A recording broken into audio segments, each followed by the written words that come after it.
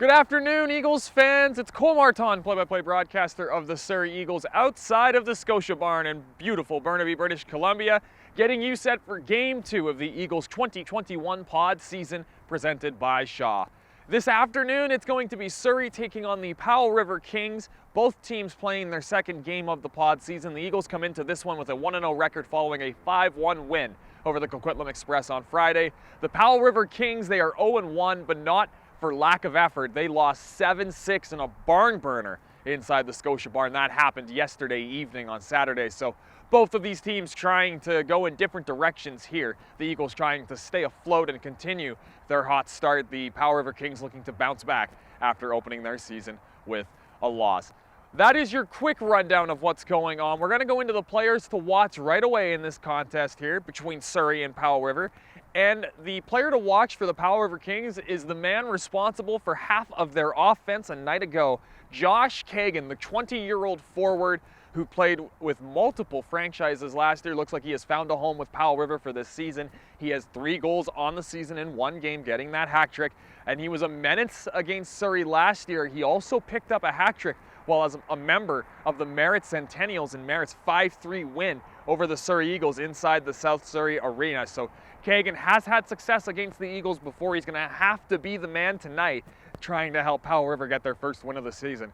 For the Eagles, the player to watch out for is the guy who scored the game-winning goal on Friday, Jacob Slipik, the former Powell River King. He was acquired by the Eagles at the trade deadline this year, got a goal in that hockey game, was very strong on the line with Michael Abgrall and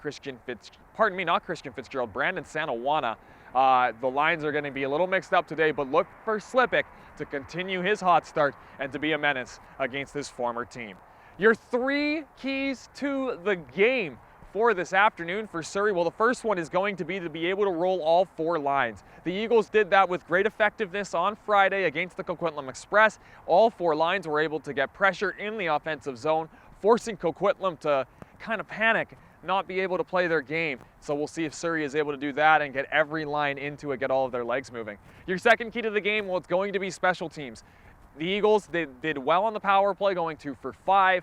The Express, however, were able to get their only goal on the power play on Friday night. I am looking to see the Eagles be a little bit more disciplined and to capitalize on the power plays when they get the opportunity. And the third key to the game tonight is to make Max Prasma's life easy. Yes, it's not going to be Tommy Scarfoni. Max Prasma will get his first official start as a BCHL goaltender. He is a highly touted goaltender. There's lots to like about his game, but he is still a rookie. I want to see the Eagles leaders here and the Eagles defense make it easy for Prasma, get himself settled into the game, and allow him to get into a roll, because once Prasma gets into a roll, look out, he might be able to possibly steal a game if the Eagles need it. That is your pre-game rundown here ahead of this afternoon's hockey game. Don't go anywhere. I had an interview with Eagles captain Kieran O'Hearn. That is coming up next as we talked about the unusual circumstances of the season, how his team was able to play in Game 1 and what they're looking to accomplish for the rest of the year. Don't go anywhere. More Eagles coverage coming to you live on Mixer.com/Eagles BCHL and BCHL TV, powered by Hockey TV. Marton, Surrey Eagles broadcaster, and I am pleased to be joined by the new Eagles captain, Kieran O'Hearn, who finally got to captain his team to a victory in the 2021 BCHL pod season opener. Of course, the BCHL pod presented by Shaw. But Kieran, I want to, congratulate you on a great game yesterday. Thank you so much for doing this. And how are you this afternoon? I'm doing good. Feeling good. It was a big win yesterday. Just you kind of forget how fun it is to actually play games after practicing for so long without kind of like that actually and so being competitive and everything. Exactly. So that's going to take us into this first question, Kieran. It's been such an unusual set of circumstances, but you guys were finally given the go-ahead to play halfway into March. How excited is your group feeling right now, finally being able to play meaningful hockey? Oh, it was, when we got the news, it was crazy because I won't lie, at the time morale was at an all-time low amongst the team. Everyone was kind of just like, oh, we're ever going to get to play? But once we got the news, like, you can ask our coaching staff, it seemed like just a switch was flipped. Practice, everything, just our intensity got way higher. Everyone just seemed to be, pucks were snapping way better. It was crazy. It felt like it kind of getting the chance to talk to you guys while you guys were training before everything went into quarantine, and you guys got the news. But you guys played really well in the season opening victory, a 5-1 win over the Coquitlam Express. Kieran, talk to me how you feel you guys played over the course of that game. I thought we played a really good game, as I think Cam said before the game. Just kind of we had to go in with no expectations. No one really knew what to feel because in reality, in a way, it was an exhibition game because when you take that much time off in between games, I think our last game was November 1st or 2nd. November 7th. November 7th. You just don't. Back, yeah.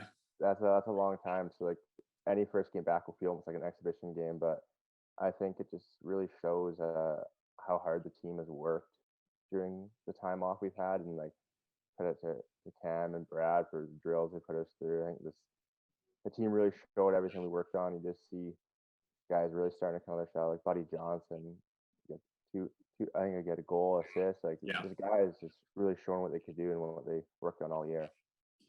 So with all the work that you guys have put in through, I'll call it a 7-month training camp now that we're actually playing meaningful hockey, what do you expect from yourselves through this pod season?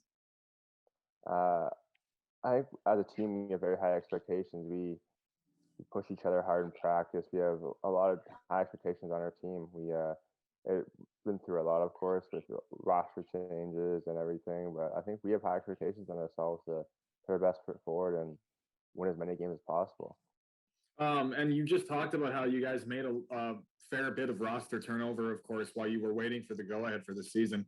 How have you been able to kind of acclimate them into the team and make them feel like part of the Eagles family and, navigate through these unusual circumstances? It's definitely been hard just with everything going on. You can't really go out for even a dinner as a team or anything like that to try to bring everyone together, but you really got to maximize the time we have together at the rink and everything. Using a lot of time we use the Xbox or the PlayStation to kind of get everyone together, and having fun was probably one of the best ways we used to get everyone basically together as a team. It's definitely been hard. All the guys we got were acclimated very easily, though. They're really good guys on and off the ice, so it was an easy transition, but it was definitely challenging at times. All right, Kieran. Well, this has been a pleasure to be able to kind of chat with you again and talk hockey for what feels like the first time in a while. But the last thing I wanted to kind of not as much ask you, but is there anything that you wanted to say to the Eagles fans who finally get the opportunity to watch you guys play this year? Stay tuned. I think this team is going to be a pretty special team, and stay tuned to what we have to offer. All right, Kieran. Thank you so much for doing this interview. I want to wish you the best in your pod season, and wish you and the team the best moving forward. Thanks, Cole.